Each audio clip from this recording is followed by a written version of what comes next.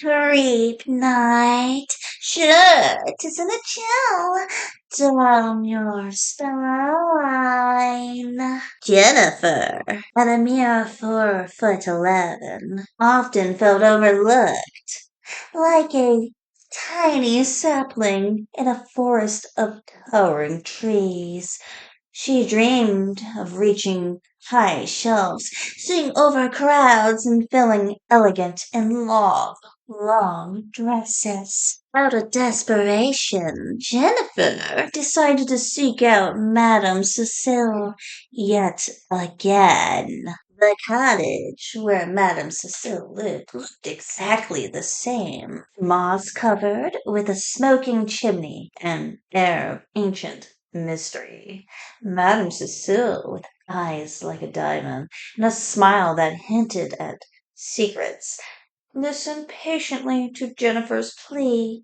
You wish to be tall, child? She rasped, her voice like dry leaves scattering across the ground. How tall do you desire to be? Jennifer, caught up in fantasy, blurted out, as tall as a tree. Madame Cecile chuckled. Sound like gravel rolling down a hill.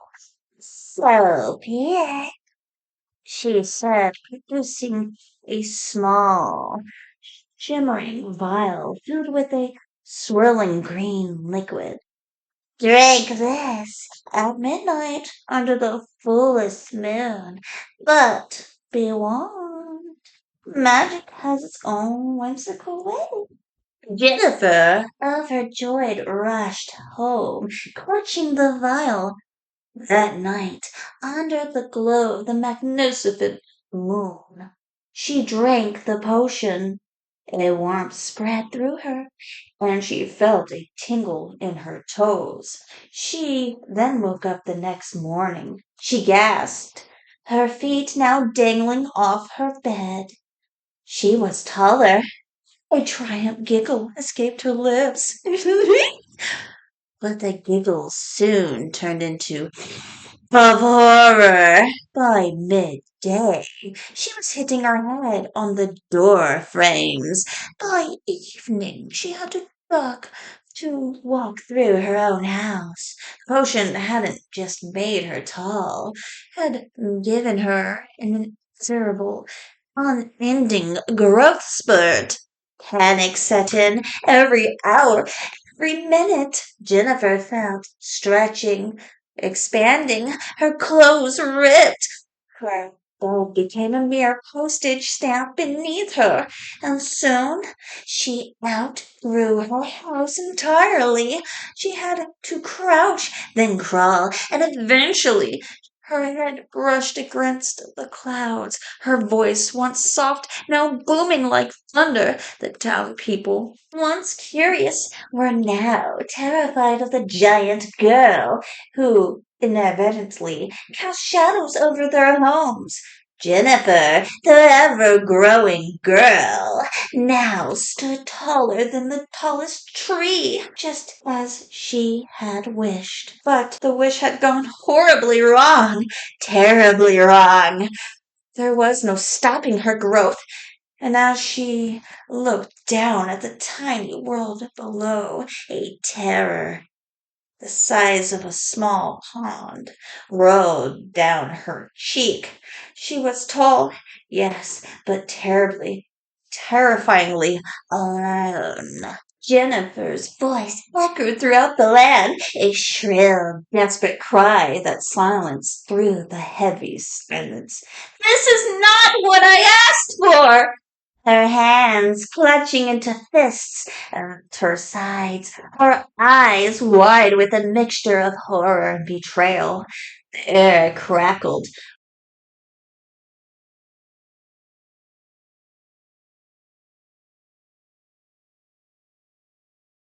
The scent of stale incense and something vaguely metallic hanging heavily in the air. Madame Cecile perched elegantly on a plush velvet armchair, merely regarded Jennifer with a slow, deliberate gaze. her face a mask of unreadable composure. Betrayed no surprise, no sympathy. She tilted her head slightly, a silver pin glinting in her elegant coiffure. If I recall correctly, Madame Cecile began, her voice a low, even purr that was almost too calm for the tremulous atmosphere. Didn't you specifically say you wish to be as tall as a tree? A single perfectly manicured finger rose to tap thoughtfully against her chin. The implication hung in the air. You got precisely what you asked for. It was just an expression. Surely you knew what I meant. Jennifer shouted at Madame Cecile, her hands clenching into fists at her side, knuckles white, a clear sign of tremoring rage coursing through her. The air between them crackled with an unspoken tension thick enough to be cut with a knife. Madame Cecile, a woman whose composure was usually as unyielding as a polished granite, merely raised an eyebrow, a hint of something unreadable flickering in her usual impassive eyes. All right. We'll do it again. Don't lose your temper, child. Madame Cecile's voice was a smoothing balm, yet it carried an underlining firmness that brooked no argument. Her eyes, ancient in wisdom, held a flicker of amusement as she watched Jennifer's frustrated slump. Patience is a virtue, especially in the art of alchemy. Jennifer sighed dramatically. Her brow was furrowed, and a stray strand of hair had escaped its braid, falling across her face. She had spent the better part of the afternoon attempting to transmute lead into anything more valuable, and her failures were mounting. Madame Cecile, a renowned witch, seemed to find endless amusement in her client's struggles. Madame Cecile extended another vial, bubbling vial. The liquid within shimmered with an unsettling glow, casting shifting shadows on her gnarled fingers. Here, she urged her soft but insistent. Drink this. It will help with your height issues. Jennifer eyed the potion with a healthy dose of suspicion. Her last experience with Madame Cecile's concoctions had been memorable. She had spent a year locked in a cage waiting for Madame Cecile to transform her from a small runt into a 4'10" lady again. This isn't going to make me taller, is it? She asked, a hint of tension in her voice. She was already gainly enough for her age, and any future elaborations was the last thing she needed in this moment. Madame Cecile's lips curved into a mysterious smile.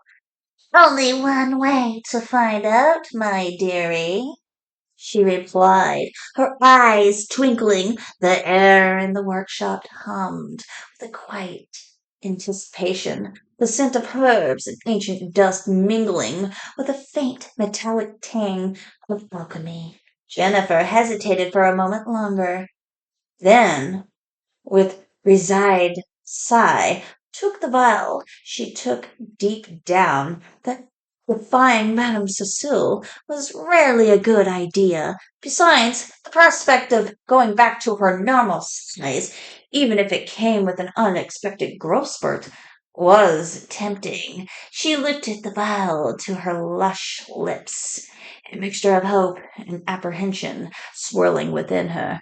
She drank the vial. At first, a wave of relief washed over her. Jennifer, as the potion seemed to work its magic, shrinking her back down to her usual stature, a soft sigh released her lips. The tension in her shoulders began to dissipate. She closed her eyes for a fleeting moment, envisioning a return to normalcy. However, just as she reached what she believed as her normal height, an unsettling sensation began to ripple through her body. It started subtly, a strange tingle, then a growing pressure, as if an invisible force was pulling her upwards. Her eyes shot open, widening in disbelief as the world around her began to recede at an alarming rate. This time, she wasn't shrinking, she was growing.